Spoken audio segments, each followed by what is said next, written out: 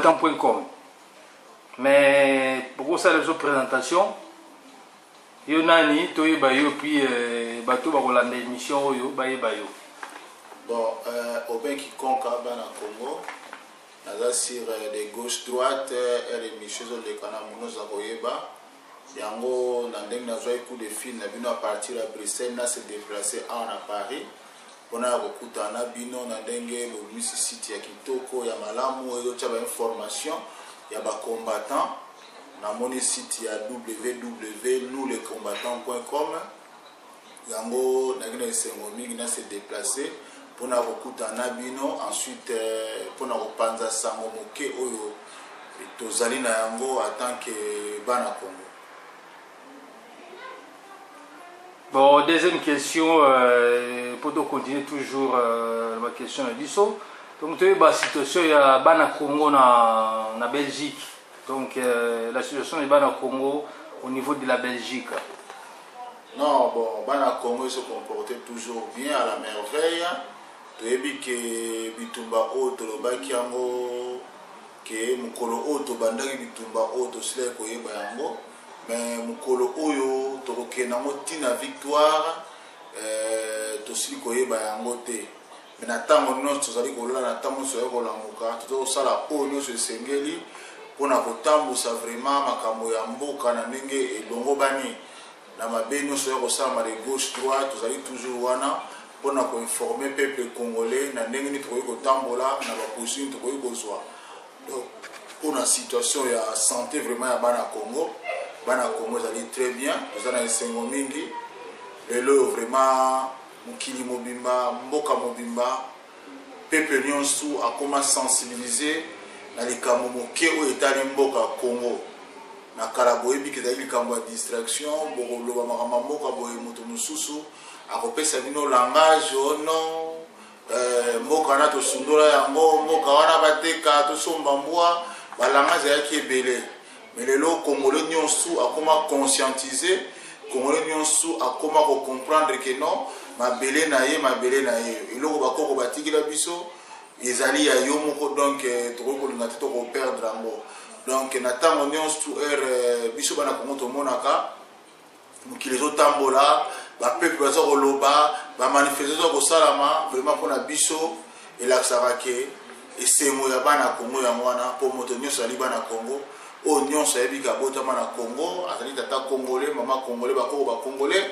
Donc tous allons na esengo na tango nyonso o peuple azali ko tambola. Donc pour la santé à bana Congo, na côté wana ezali bongo. Malheur na biso boyebi yango très bien. Zena ba situation o ezana kati ya mboka, o za ko tambola donc biso côté to ko za na esengo attaque bana peuple, bana Congo. Mais bana Congo pe ya solo au bazar sur le terrain la situation c'est comme mon boulot mais côté à Belgique vraiment bana Congo tout ça va apporter toujours à la merveille santé za malama toyoki yo mais tokoye ba message d'abord message nini aux anango adressé na peuple congolais surtout na ba combattants va continuer lutte non ba combattants au bazali ko continuer lutte vraiment esengo mingi esengo parce que conscience ezalaka na limite vraiment esengo mingi po ba tu o baza ko sala biso mabe o boy ba Rwandais à partir ya Kaname Hippolyte nani to kutenga na situation ningi ba sala biso ba je ya makambalukuta na ba élection tisikoyo ba ndibani te ba ba ki peuple congolais on me met la distraction musique, on me met la distraction masanga, on me met la distraction mokozanga tina, on sala ba mo système ba kovanda calme ko le kanango, mais tisiko baza ko comprendre que non congolais o ya kala o boyebaka, o borai ko kosa na bonbon, o wana ko kosa na biscuit, eza su congolais wana te. Congolais lelo a kosa masuna masanga te, congolais lelo a kosa masusu na makambo etali musique te. Pour un niveau par exemple ya biso na diaspora. Mais souci à mingi ezali na cadre ya bandeko bazana kati mboka Kinshasa autant nyonso o ba combattant baza ko kende gauche droite tuzo ko ba signe bandeko baza ko kende baza ko biso musana bango continuera toujours ko va na babar ko mena toujours masanga makambo mabe ezokosalama me bango distraction toujours masanga toyebi te sikoyo tokopesa bino conseil ndenge nini tokolobela bino ndenge nini boza kocomprendre place bozali ou boza kocomprendre place boza te esengo na bino ezali nini bokufaka na bino esengo na bino ezali ndenge nini mboka ekende nango ndenge mesana kokende barichesse mpe bayibaka toujours bino toujours na kipauvreté na kosenga na kolelela toujours bato de gauche droite toyebi te so tokosala na bino ndenge nini me na yango message ya monene makasi ezali ke na kosenga na bacombattant oyo nyonso baza kokone kobunda bitumba oyo na baoyo bazongi na ndako biso tufa tozalaka toujours na libanda nalandi baapele na France ya le 27 oyo naza kosenga mwana bamilitant nyonso baza na kati ya mboka ya Paris ya France oyo bauta de gauche droite bobima vraiment na libanda mpo na manifestation wana ezala na réussite ndenge moko mpe manifestation monini ya monene ezali na le 28 na Bruxelles donc nyonso ndenge kosenga bacombattant biso nde tozala na libanda ensuite fo kobengaka bandeko mpe oyo baza na kati ya Kinshasa fo toujours kopesa bango conseil toujours fo kobenga bango matoi donc tokoki kolemba bitumba oyo tobanda te toyebi ke mutu mosusu lelo lendi akozala changer mutu mosusu bakoki kobenga na nzambe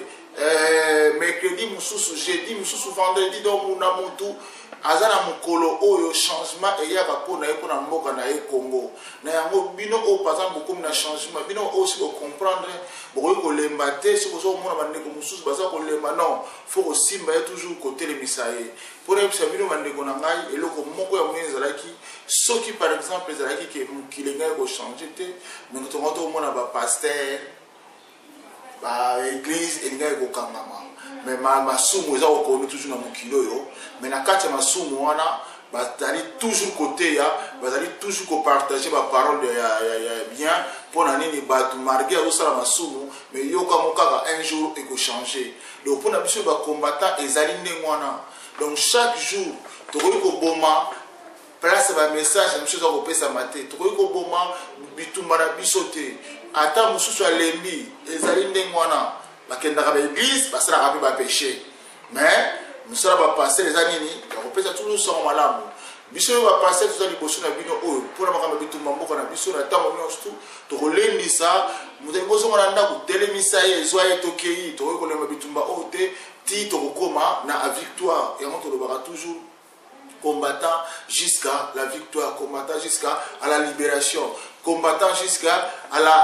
au développement de notre pays, combattant qui comment on la prospère et puis moutunion sous mon ama à vivre dans et longobani. Donc message à mon nez, c'est-à-dire qu'on va combattre, il y a moi vraiment faut tout soutenir, en tout ça toujours au moko pour nous arriver vraiment au longa et tomber na biso au bout que tout ça la victoire dans son maboko, mais nzambe mon ka yemine tout ça au kende chaque jour suffit sa peine. Bon, question tout ça, il y a une situation est ma nouvelle chose, quelques nouvelles que tu vas moins informer. Na www.com nous les combattants. Non, on a ces moments na table que vous avez disposé biso, surtout na accepter même déplacement oyo pour parler sur site oyo parce que ça ko sala makamoko ya bien, mais le communé na koloba toujours les alliés situation ya est nazali sire bandeko nanga boyebi place histoire ya mabe oyo euti na mboka na biso mabe oyo boyebi yango suite nango ezali bandeko na so babelge boyebi na période oyo mobutu abenganaka bango batikala na haine moko boye yango bakendeki kofabrike barébellion de gauche droite e baola ba M23 wana c'est quoi ezali mars 23 accord bakendeki kosine batuti ndenge bakorécupere Congo ndenge bakozwa territoire na biso nde bakokabola yango ya batie oni M23 mais premier responsable ya situation wana c'est qui c'est Roubaix Roi na petit frère na ye Kanambe Hippolyte o bazana mboka Congo lelo oyo bakotaki na mboka wana bavai na mboka wana baosala basisi ti lelo omoni tiki na bagouvernement na batini ba premier ministre ba Rwanda ba ministre ebele be batini ba Rwanda wana bandeko na ngai mpona koboma kosala biso mabe kodetruire biso bato mayeli na so bakomi kosila baekole eza kokufa éducation nyonso ezala futi bandeko na ngai situation eza na este lelo yo même Kanambe azokozwa bandeko na biso propre ba congolais bakende kobunda kuna bakobumba okita kuna nzoka esi batekaki baplan na bango bazali koboma biso na ndenge moko ya kosakana te bandeko na so bamilitaire ebele baza kokufa kuna bakozala sacrifié et pourtant moto azosala mosala nyonso baza na kati ya Kinshasa Roubaix wana Kanambe Hippolyte bandeko na ngai lelo oyo mundele azali na nsima ya Rwanda mpona kodétruire Congo. Premier mundele na ezali Belgique bayi na nsima ya Rwanda mpona kodétruire Congo. Bandeko na ngai tokokende nango ti wapi? Ere babomaka bakongolais tokufi plus de 8 millions de morts. Tomonaki mokili ezokoloba te, moto ezokotela biso te. Mais lelo oyo Congolais alobi ke non, trop c'est trop. Population à Goma, il y a un seul bâtiment, non, trop, tout na Goma, tout na Kigali, na Makolo. Tout le lac Rwandais, pouvoir na biso makasi na biso, toke nango tiwapi. Bande konanga. Bolani ma déclaration, Rouberwa. Bolani ma déclaration na bango. Ali bakomi ko misa même siko ba ONG monsieur komi ko sala oh non, bazo sa famille ndenge zalaka kala. Non, bande konanga. Bino ba Rwanda to yamba bino na mboka na biso boya kotanga tozana ensemble to vanda biso ba yamba biso na bapoto awa to landaka ba ligne de conduite ya mboka na bango bazana ba loi na bango bitu ya soumise na kata ba loi wana. Mais comment expliquer bino na mboka batu boso ko boma to solo be loko te to sala loko to ko kono bande ko ngai turo yo ba lobik ma non dans 10 jours suba sisi makambo na bango te peuple to tambola makoloji na Kigali. Tala réponse ezwa mikuna. Tala comme ko posa biso non, ba s'arranger calme est-ce que zo kota boywe. Et ça va distraction inutile. Et ça va distraction baza ko sala biso. Bande ko nanga. Mais trop to lobi trop c'est trop. Trop c'est trop. Trop c'est trop, trop c'est trop. Solution à moki ezali ya simple ezali. Bande ko wana bobima bozo na mboka na bino. Bokende kuna po bozana mingi ya kofuta po na mboka Congo. Bobomi, boyibi, bodétruire, liste ezali moulayi. Bo creuser un moko impossible na kati mitema ya ba Congolais. Makambo wana ko sila bongo te. Ata bokozo ba ONG o bino mindele bo pesa ka ba mbonga lukuta wana. Ba ko koma ono, ba falisa ba Rwanda place pour ba Congolais ba question ko yoka na biso ezala noté. D'abord c'est la justice. Va reconnaître le génocide congolais et le bosso ya mwana. Deuxièmement, va reconnaître ma béo basali na Congo. Troisièmement, faut pas foutre oyo ba pe oyo biso to perdre na Congo nyos tout faut pas foutre yango. Situation de zona na Congo et les gars na France, to mona balma basala ki nyos, basala ki makasi nyos. Faut pas foutre ba français, ma béo basala ki na niveau mi Europe. Pour la na Congo te. Na Congo comme na système ba beti ba musique ba kanisa bango ba koyoka na question eza susute bobomi ba para ya batu bobomi bana ya batu ba eni waneza na kati lo tuzana tango ya koyoka na te tuzapi na tango kolela te tokoki po kolela bino te boye bango to mata to kita boko futa oyo bosali na mboka na biso eza makamba pardon te eza makamba koyoka na te attaque président ya bana Congo. Naza ko répéter boko futa vous allez payer oyo bosali na mboka Congo eza mambele na biso oyo babakei ezali makila ya peuple congolais tokoki kotika yango ekende pa mandenge wana te. Donc message na asi na www.nouslecombattants.com naza site oyo bokolanda message okopanza yango partout. Dernièrement tout ça une déclaration de guerre na mboka wana bomoni place guerre na biso komi peuple okene makolo bongo yo siko soko va na Kinshasa yo soko va na gauche droite musana yako mela primis comme l'école pour na kozwa nini problème ngo sila mokolo nini bande ko na mai tout na posa société abralimate tout na posa société imibrate tout na posa ba société ko essayer la so ba l'école na mboka Congo wana te pour ce même ba distraction bokanga ba izini wana comme ça to libérer mboka na biso bomo futur na biso to ko tchamo na papier to yebi on ngi to ko tambola poto bima Congo tina suka et là on resenga ba dirigeant politique o ya Congo o ya opposition nyonso o boyokana o boza toujours na ndenge ya nzela ya peuple congolais sengaka bande ko na ngai mabe ozo sala maboka ma munoko te bo continuer ko loba bo continue koloba po ezali mboka na biso bo banga eloko te bo banga eloko te eloko wana ko souligner même pas ya leader na biso Etienne Tshisekedi kolemba te toyebi ke bitumba oyo bandi kala ti lelo oyo kolemba bara na yo te oza lokola pe pasteur mosala ya pasteur même asumu toujours na église toujours faut koteaka bana na yo po bana na yo bazongaka toujours na nzela bamosusu baza kolemba me bamosusu baza kotelema toza kokende tozali wana tokokende yango ntina suka tolobaki bitumba na biso jusqu'à la libération et puis libération ekosalama tokosenga na nzambe ma mikolo ezala ebele nyonso mpa na yo mpona ovivre libération wana mokolo okopema nzambe akopemisa wana ndenge oyo esengebani mais faut vivre libération wana et puis toyebi ke mpona biso bana Congo libération na biso komi pembeni toza na porte ya libération na biso yango tozoloba na bato nyonso tu matoi fe fungama toyeba eloko nini tozali kosala donc mpona message maya makasi mpona ntango wana yango wana nayebi te ndeko na nga soki motuna mosu ezali na oyo nyonso bomisaki mpona biso lelo. Bon, nakanisi tokomi presque na suka. Donc, tu veux éviter ce gros conclure nini pour dernier mot pour tout ça la conclusion il y a message na yo o yeli biso. Non, problème exact pour la dernière mot ezali message d'encouragement d'abord nazo ko tenir ko remercier mingi Etienne Tshisekedi wa Mulumba aza papa na biso surtout aza vraiment mon papa oyo abani vraiment bitumba oyo tilelo yo azoko tenir toujours ferme na direction na ye vraiment na kombo ya bana Congo to remercier yo zalama makasi pona bitumba na biso fato longa yango souhait na biso ezali vraiment faut vivre victoire oyo po nzambe ndinga funguela onzela wana to ke na petit na suka ensuite na kosenga na ba combattant nyonso na niveau ya Europe, na niveau ya Kinshasa, na niveau ya partout ya monde, vraiment bitumba na biso oyo fato ke nango tina suka bomoni me ba rapport ebimi ennemi na biso amonani ennemi na biso ayebani ya Paul Kagame na ba troupeau na nyonso wana oya ba Rwandais Paul Kagame Joseph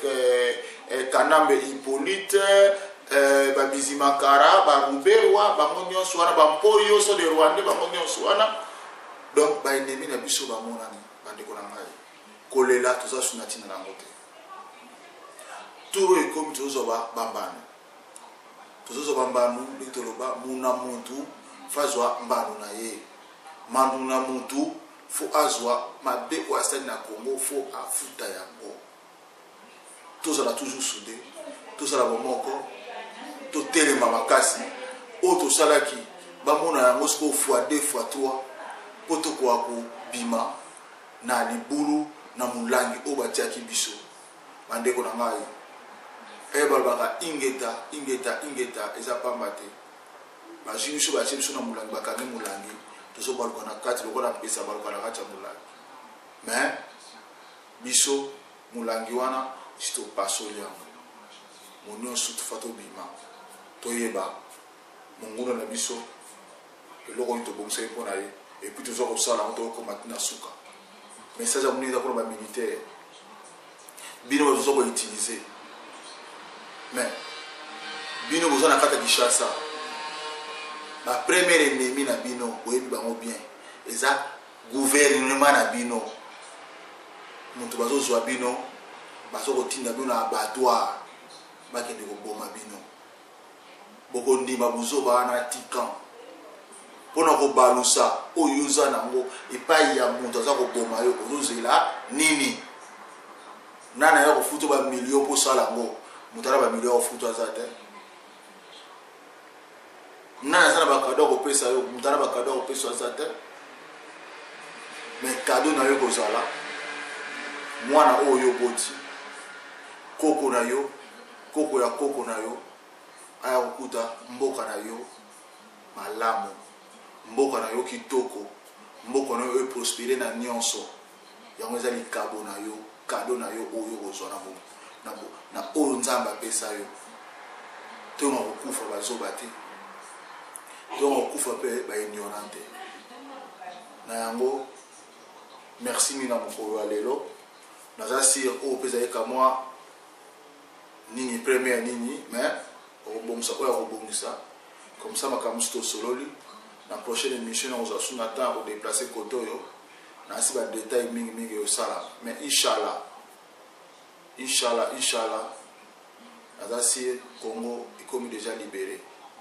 lobi obie lobi wana tozwa libiki ya mboka na biso Congo ingeta merci. Merci na présence na yo nengo ondimi invitation na biso. Donc j'espère prochainement aux Angleterres en France visiter biso. Merci.